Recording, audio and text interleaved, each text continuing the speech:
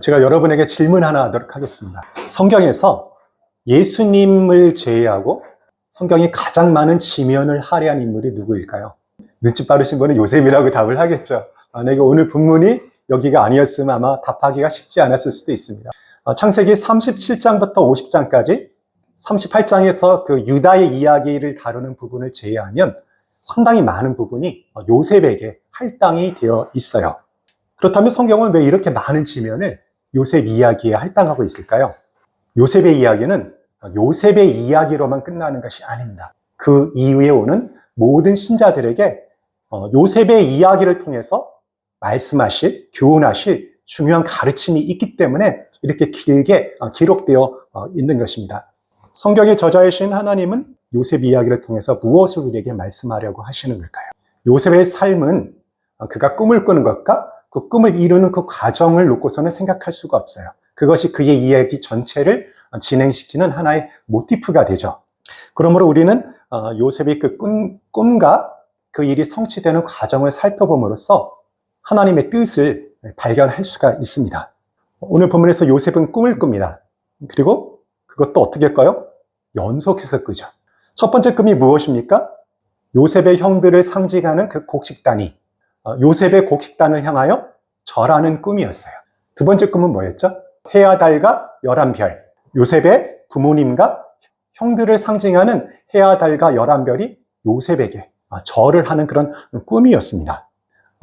요셉은 이 꿈 이야기를 형들에게 이야기하죠. 그리고 아버지에게도 이야기를 해요.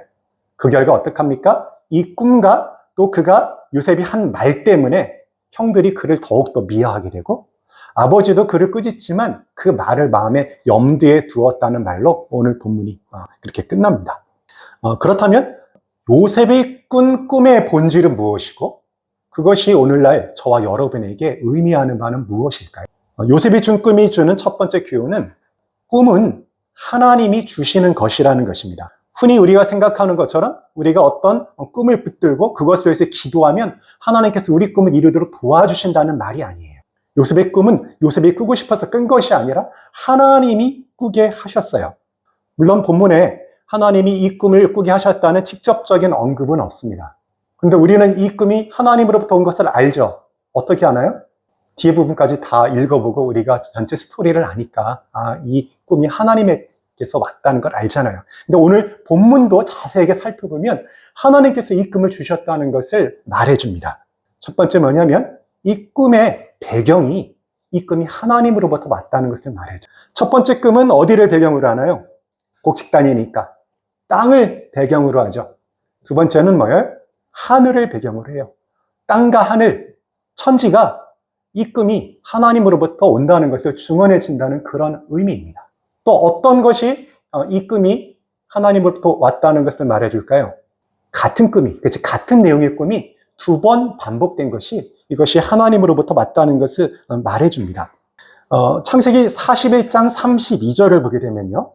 요셉이 그 바로의 꿈을 해석해주는 장면이 나와요. 그때 요셉이 어떤 말을 하냐면 하나님이 그 꿈의 내용을 확정하신 증거가 무엇이냐면 꿈을 두 번 꾼 것이라는 그런 얘기예요. 41장 32절 바로께서 꿈을 두 번 겹쳐 꾸신 것은 하나님이 이 일을 정하셨습니다. 하나님이 속히 행하리니. 그렇다면 제가 한 가지 더 질문을 드릴게요. 요셉이 이 꿈을 꾸었을 때 요셉은 이 꿈이 하나님께로부터 왔다는 사실을 알았을까요? 온 가족이 자신을 향하여 절하는 그런 이상한 꿈을 꾸었잖아요. 그것도 한 번이 아니라 두 번을 꾸었잖아요. 아마 그것이 하나님께로부터 왔다는 것을 확신하지는 못했지만 꿈을 마음에 두고 있었으면 틀림이 없습니다. 저는 개인적으로 어떻게 생각하냐면 꿈 이야기하면 또 생각나는 사람 있잖아요. 창세기에서 누구죠? 야곱의 꿈. 야곱이 형 에서를 피하여 삼손의 집에 도망갈 때 베델이라는 곳에서 어떻습니까? 돌베개를 베고 잠을 자다가 하나님께서 조상들의 하나님, 저 멀리 떨어져 있는 조상들의 하나님이 아니라 야곱과 함께 하시는 그리고 그의 삶과 동행하시는 하나님이라는 것을 계시해주는 꿈을 꾸잖아요. 그렇죠? 그 꿈이 사실은 그의 평생의 삶의 하나의 소망이 되었고 결국은 그 꿈을 따라서 다시 가나안으로 돌아오게 됩니다. 그렇기 때문에 사랑하는 아들 요셉에게 그 꿈 이야기를 반드시 했었을 것이라고 저는 생각을 해요. 그렇다고 한다면 요셉은 꿈을 통하여 하나님께서 자신의 뜻을 계시한다는 것에 대해서 어느 정도 알고 있었을 것이고, 특이한 꿈을 반복해서 꿨다는 것을 통하여 하나님께서 자신을 향해서 어떤 계획을 갖고 계신다는 것을 어렴풋이나마 알고 있었을 것이라고 저는 생각을 합니다. 요셉이 꾼 꿈은 요셉이 꾸고 싶어서 꾼 꿈이 아니었죠. 하나님이 꾸게 하셨던 것이죠. 그리고 나중에 밝혀지지만 그 꿈은 무엇입니까? 하나님께서 요셉의 아버지와 형제들을 가뭄으로부터 구원하시고자 한 그 계획을 미리 알려주신 것이었어요. 왜 그들을 구원해야 합니까? 하나님께서 아브라함의 후손을 통하여 한 민족을 이루시겠다고 약속을 주셨기 때문에 그 언약을 이루기 위해서는 그 언약 백성의 조상들이 될 그 요셉의 형제들이 반드시 보존되어야 했습니다. 하나님 그래서 그에게 그 꿈을 미리 보여주셨고, 요셉은 그 꿈을 아마 마음에 간직을 하고 살았을 것입니다. 그리고 어느 시점에 하나님께서 그 꿈을 이루어 가신다는 것을 믿음의 눈으로 인식하고 그것을 바라보게 되었을 것입니다. 어떻게 알 수 있을까요? 창세기 45장을 보게 되면 요셉이 애굽에 있을 때 형제들과 만나는 장면이 나오죠. 그때 요셉이 형들에게 어떤 말을 했냐면요. 45장 5절입니다. 당신들이 나를 이곳에 팔았다고 해서 근심하지 마소서, 한탄하지 마소서. 하나님이 생명을 구원하시려고 나를 당신들보다 먼저 보내셨나이다. 자기가 꿈 이야기를 해서 형들을 분노케 해가지고 형들이 결국은 요셉을 팔아버렸는데, 그 모든 그 스토리가 결국은 누가 계획을 한 것이라는 거예요. 누구의 섭리 아래 있다는 거예요. 하나님이 계획하시고 하나님의 섭리 안에 있었다는 것을 지금 요셉이 형들에게 말을 하고 있는 것이죠. 그렇다고 한다면 당연히 그 꿈도 그런 하나님의 섭리의 관점에서 요셉이 인식을 하고 있었음에 틀림이 없었을 것입니다. 요셉의 꿈이 주는 두 번째 교훈은, 이 꿈을 하나님이 누구에게 주십니까? 자격 없는 사람에게 하나님께서 꿈을 주신다는 거예요. 오늘 본문에 등장하는 그 요셉의 모습을 살펴보게 되면 그는 결코 성숙한 사람이 아닙니다.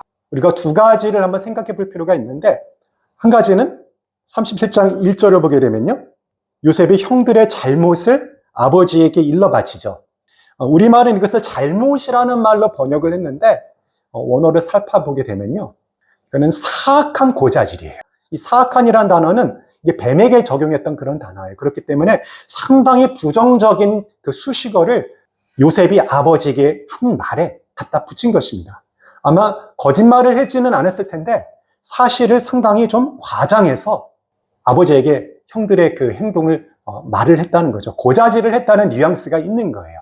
아마도 형들이 좀 어떤 곤란한 상황에 처하기를 바랬던 것은 아닐까, 그렇게 추측을 해봅니다.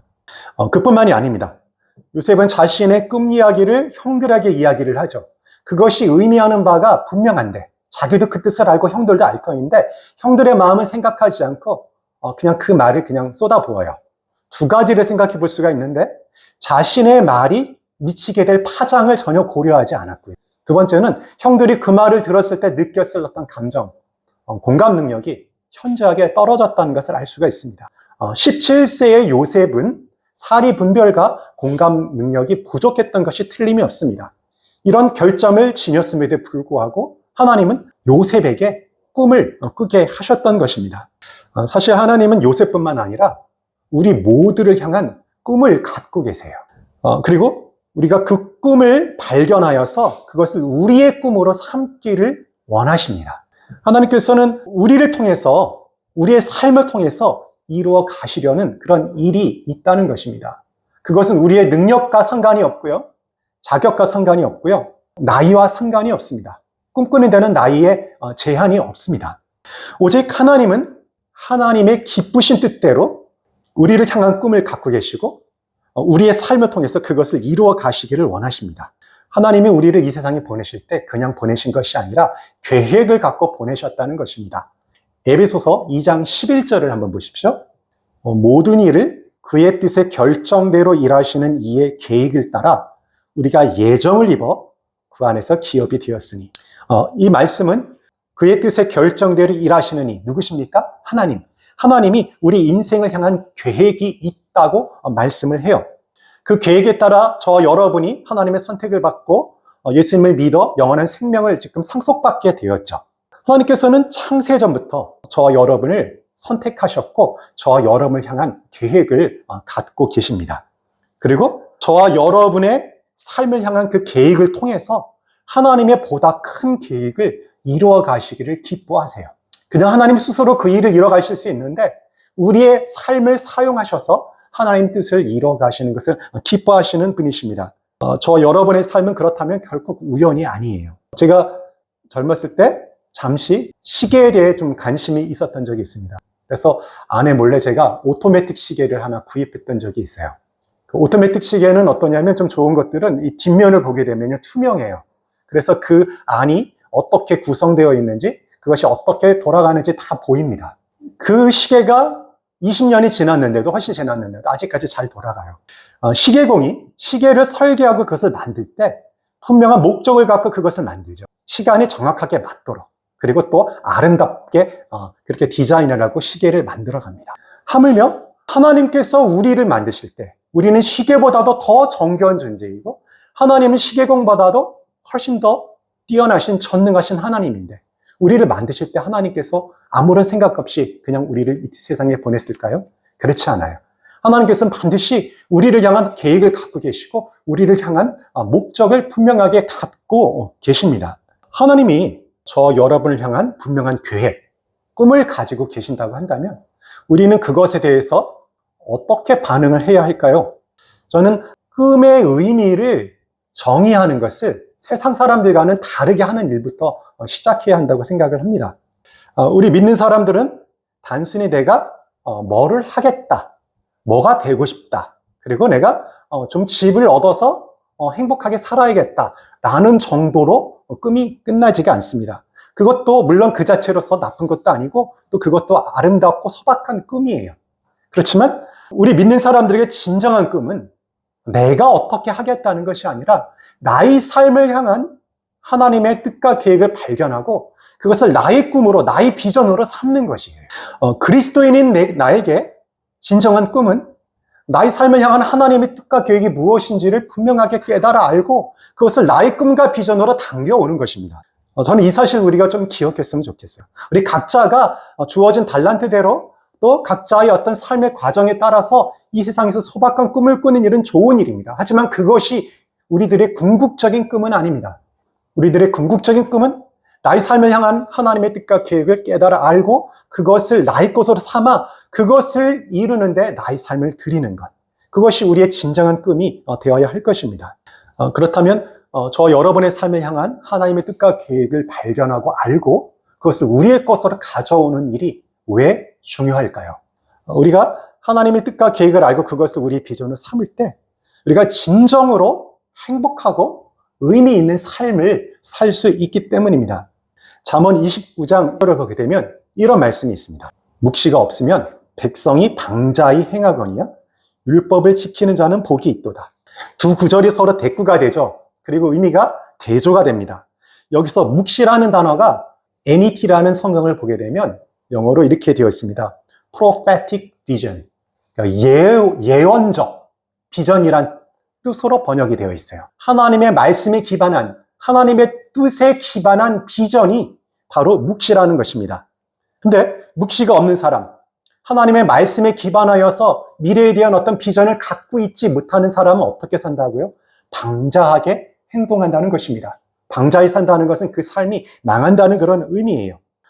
그러나 진정한 꿈을 갖고 있는 사람은 그와 반대로 복되다고 지금 말씀을 하고 있는 거예요. 지금 율법을 지키는 자는 복이 있다는 말이 앞구절과 대조되죠.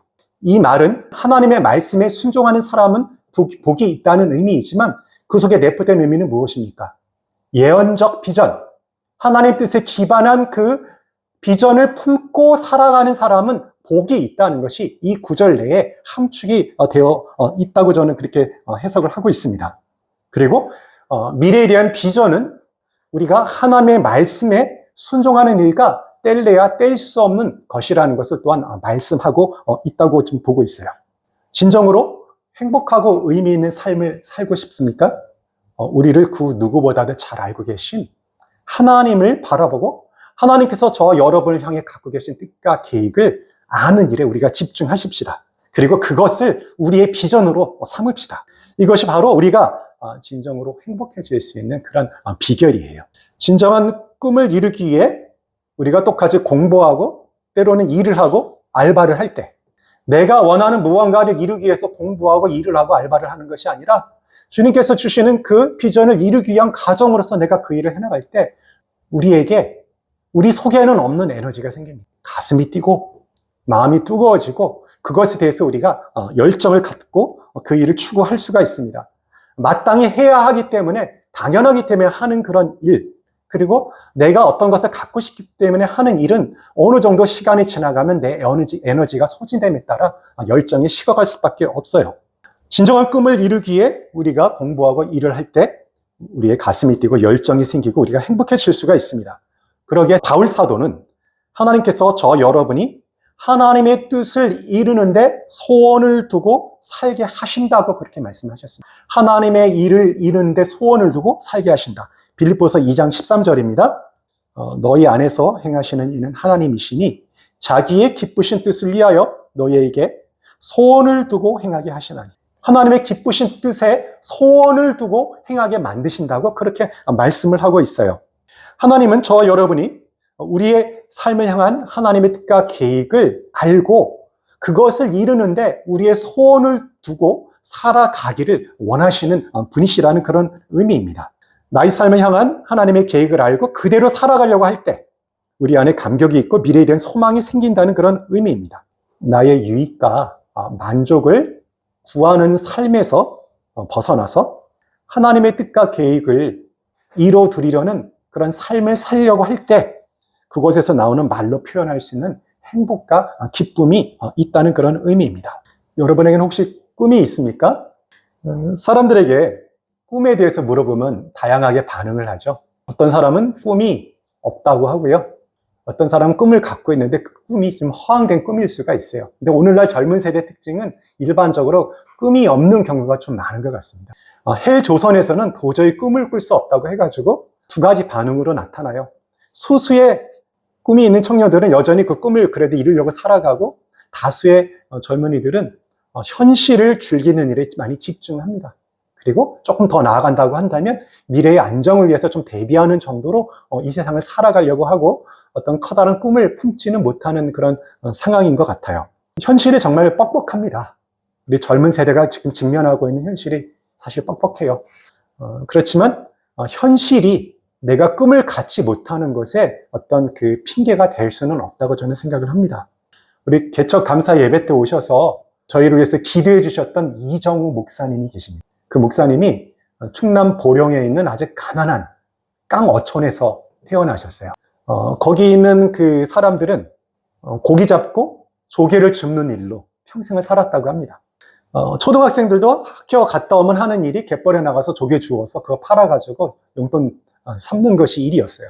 그래서 꿈이 없고 초등학교를 졸업하면 중학교 진학하는 그 학생 수가 1명 내지 2명밖에 되지 않는, 그래서 평생 조개를 캐고 고기를 잡는 인생으로 마무리하는 그런 곳이었습니다. 그런데 어느 날 이정우 목사님의 형님이 계시는데 좀 머리가 일찍 튀셨대요. 남들하고 다르게 하루 종일 책만 읽고 공부만 하셨던 분이래요. 그리고 어느 날 부르더니 사람들을 가리키면서 정우야, 저렇게 돈만 벌기 위해서 사는 삶은 진정한 삶이 아니란다.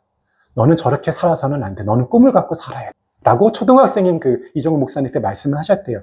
초등학생이 그것이 무슨 말인지 의미를 다 알지도 못한 상황에서 형이 말하고 뭔가 있는 것 같아가지고 이정우 목사님이 그것을 붙들고 꿈을 갖고 자기는 조개 캐고 고기 잡는 일이 아니라 좀 더 의미 있는 일을 하고 싶다는 마음을 품고 살았대요. 그 결과 상급학교에 진학을 하였고 꿈을 잃지 않고 계속 온 결과 지금은 한 교회를 아주 아름답게 섬기며 그 영혼들을 책임지는 그런 보람되고 행복한 삶을 살고 계십니다. 상당히 행복해 보여요. 그 목사님을 보게 되면. 그래서 제가 많이 그것을 배우고 본받으려고 하고 있습니다. 꿈이 없는 삶은 의미도 없고 미래도 없으나 꿈이 있는 삶에는 기쁨과 보람과 행복이 있습니다. 여러분의 꿈은 무엇입니까? 좋은 대학 가고 좋은 직장 갖고 회사에서 승진하고 또 내 집을 마련하여서 안정되게 사는 것이 꿈입니까? 그것도 소박한 꿈입니다. 그러나 우리들의 궁극적인 꿈은 아니죠. 진정한 꿈은 나를 향한 하나님의 계획을 발견하고 그것을 나의 꿈으로 당겨오는 것입니다. 그럴 때 하나님께서 우리 삶 가운데 본격적으로 일하기 시작하십니다. 하나님은 겉으로 볼 때 영향력 있어 보이는 사람들, 권력과 부를 소유한 사람들을 통해서 일하지 않습니다. 하나님 말씀에 순종하는 사람들, 하나님의 뜻과 계획에 관심이 있고 그것을 나의 계획으로, 나의 꿈으로 당겨와서 그 일을 이루는 일에 우리의 삶을 드리려고 하는 사람들, 그런 사람들을 사용하셔서 하나님의 뜻과 계획을 이루어 가시는 분이십니다. 그 일을 통하여 하나님께서 영광 받으시고 그 일을 통하여 우리에게는 한없는 기쁨과 만족과 보람을 주시는 분이십니다. 요셉의 삶은 여전히 우리에게 말하고 있어요. 나의 삶을 향한 하나님의 뜻과 계획을 발견하는데 우리의 삶을 걸라. 그것이 진정으로 행복하고 의미 있는 삶을 사는 비결이라고 그렇게 이야기를 합니다. 여러분도 요셉처럼 하나님 뜻을 발견하고 그 일에 나의 삶을 드리는 일을 비전으로 삼으시기 바랍니다. 미국의 흑인 인권을 신장시키는 데 큰 역할을 하신 마틴 루터 킹 목사님이 계세요. 그분이 이런 말씀을 하셨습니다. 믿음을 가지고 첫 발을 내디더라. 계단 전체를 볼 필요는 없다. 일단 첫 걸음만 떼면 된다. 지금이 바로 하나님의 꿈, 그것을 나의 꿈으로 삼기 위한 첫 발을 떼야 될다라고 생각을 합니다. 어떻게 뗄 수 있습니까? 하나님, 제가 하나님의 뜻, 나의 삶에 향한 하나님의 뜻과 계획이 무엇인지 알기를 원합니다. 그리고 제가 그것을 나의 꿈과 비전으로 삼기를 원합니다. 일단 결단하시는 일이 바로 우리가 첫 발걸음을 떼는 일이라고 생각을 합니다. 우리 각자의 삶을 향한 하나님의 꿈과 계획이 있고 또 우리 공동체를 향한 하나님의 뜻과 계획이 있을 것입니다. 하나님, 제가 나의 소박한 꿈도 소중하지만 그러나 보다 궁극적으로 취하여야 할 것이 바로 하나님께서 나의 삶을 향해 갖고 계시는 그 뜻과 계획을 이루는데 나의 삶을 드리는 것을 고백합니다. 그런 고백을 드리는 일이 바로 우리가 첫 걸음을 떼딛는 것이에요. 그렇게 할 때 하나님께서 우리의 삶 가운데 본격적으로 일을 시작하실 것입니다. 우리 좀 이렇게 고백을 했으면 좋겠어요. 하나님, 이제 더 이상 꿈 없이 살지 않겠습니다. 나만을 위한 꿈을 갖고 살지도 않겠습니다. 나의 삶을 향한 하나님의 뜻과 계획이 무엇인지 깨달아 알고 그것을 나의 꿈과 비전으로, 우리 공동체의 꿈과 비전으로 삼고 살겠습니다. 이렇게 고백을 하는 저와 여러분이 되시기를 주님의 이름으로 축원합니다.